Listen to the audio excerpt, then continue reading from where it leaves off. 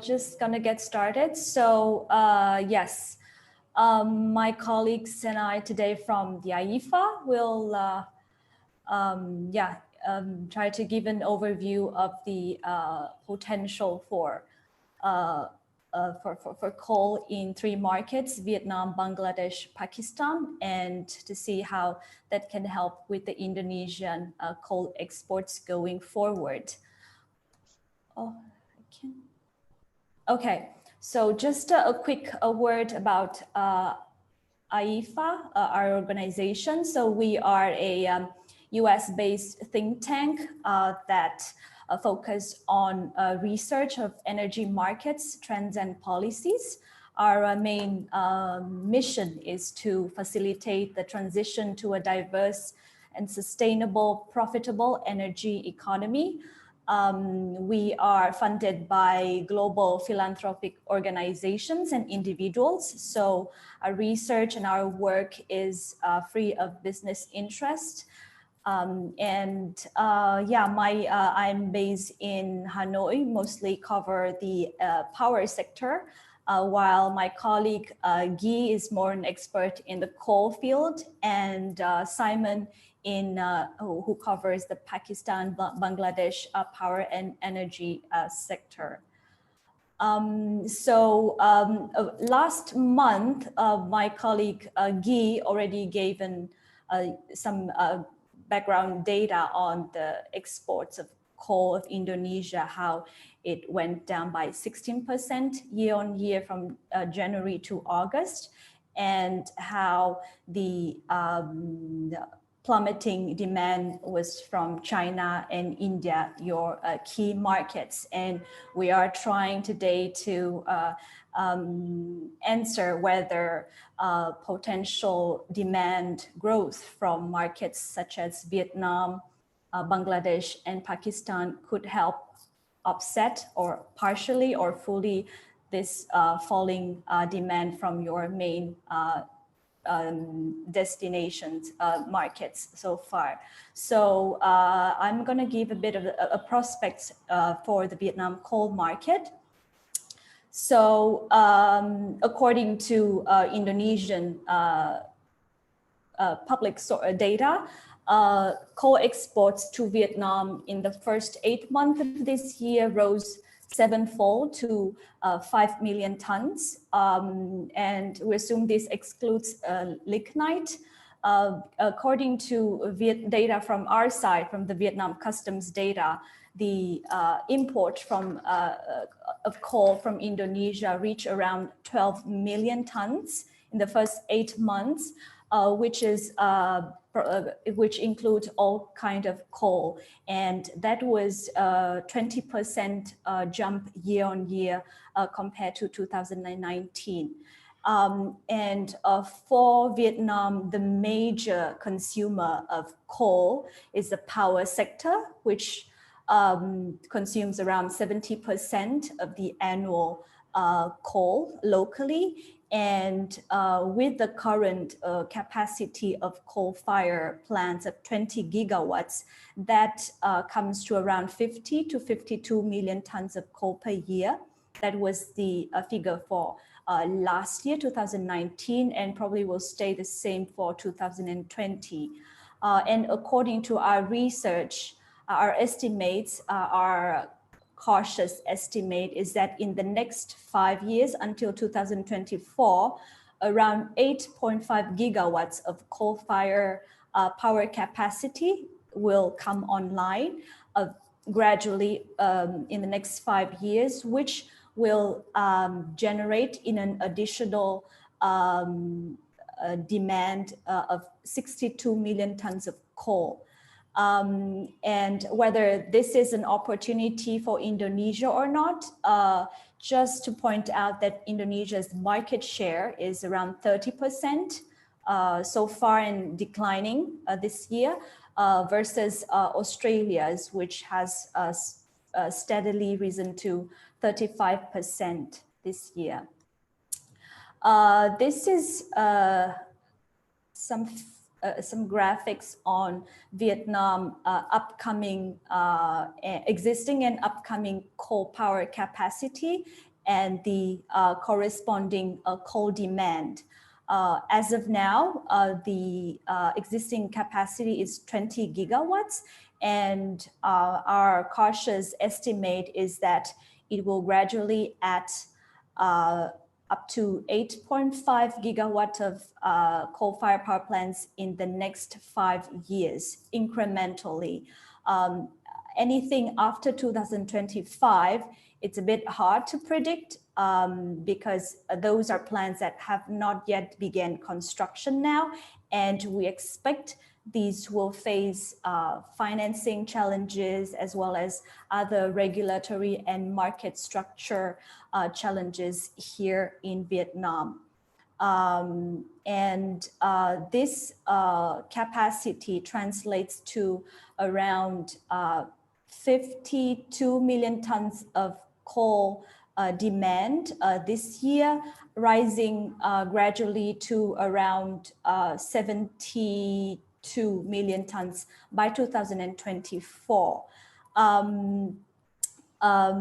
The coal demand in the power sector has been increasing very fast in the past few years because we've added more coal-fired stations to our power system, and the utilization rate of these coal plants have also increased to offset, for instance, the lowering the lower usage of hydropower, and that's why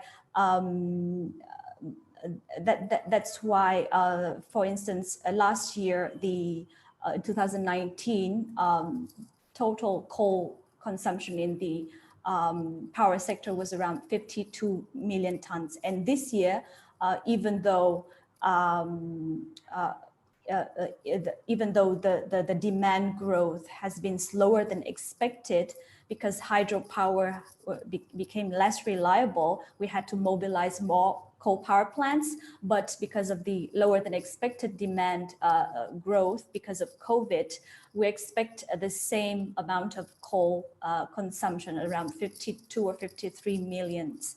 And with the additional power plants that will come online in 2021, 22, 23, these are the additional demand. And most of them will come from import coal. I think around only 2.5 gigawatts will come, are designated for domestic coal, but I think so far this year and the past 2 years, Vinacomin, our state-owned coal importer and supplier to most of the local power plants, have had to import their more coal to mix with the domestic coal, because our domestic output it's it's expected to stay flat at around 35 to 40 million tons per year within the next 5 to 10 years. So more import will be needed to accommodate the rising coal power demand and the additional capacity. Next, so this is the sources of Vietnamese coal imports in the past 3 years. Overall, total imports has increased exponentially, and the main sources have been Indonesia. Traditionally, it has been quite the largest single supplier, and recently emerging is Australia. As you can see, the market share of Indonesian coal seems to be diminishing, while the imports from Australia has been growing so far in the past 2 years. And moving forward, we expect that source diversification will remain a key consideration for the Vietnam's coal importers. Beside the power sector, what are the opportunities from Vietnam's steel and cement sector? Actually, Vietnam has quite a big capacity in terms of the steel and cement output relative to other countries in the region. We have a 20 million tons per annum steel capacity and 100 million tons of cement and clinker capacity. I think we're the top 5 largest exporter and producer of cement, and these two sectors use coal as one of the inputs. However, if you can see from this table, we compare the coal intensity, the coal usage per unit of the cement and steel sector of Vietnam versus China. And you can see that the coal intensity is significantly lower. For the past, let's say 3 years at least, our consumption of coal for the cement sector average around 5 million tons per year. For the steel sector, rising to around 4 and 5, nearly 5 million tons per year. And at least from the cement sector, the low coal intensity can be explained by the fact that the government in the past 10 years has tried to consolidate the market and to limit the building of new smaller scale plants. So, and that has facilitated technology upgrading and the more scale up production, which mean more efficient use of resources. For instance, since 2014, we have been requiring that licenses to new cement plants have to have a minimum capacity of 2 million tons per year. And we are gradually phasing out outdated, lower technology cement factories. So even though the cement and steel sectors, industries will continue to grow in the next 5 or 10 years, the coal demand from these sectors are still very limited compared to the power sector.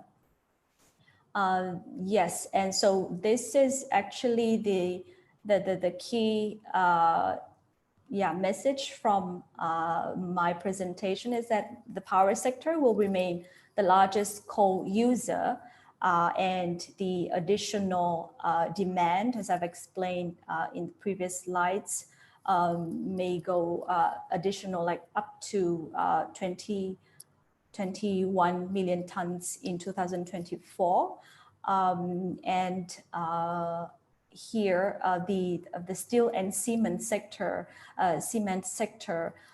these are the forecasts by the government done in 2016. So the actual figures might be different from these, but I want to highlight the trend, which is that the coal intensity of this sector will not be increased very drastically in the next 5 or 10 years. Even for the power sector, these estimates would likely be higher than the actual figures because for our new coal plants, we are trying to keep them, half of the pipeline will likely be canceled in the next 5 years, and the remaining 8 to 10 gigawatts, as I've explained, will take place in the next 4 years, and 5 years, and anything after that, it's still very uncertain. So actual consumption of coal in the power sector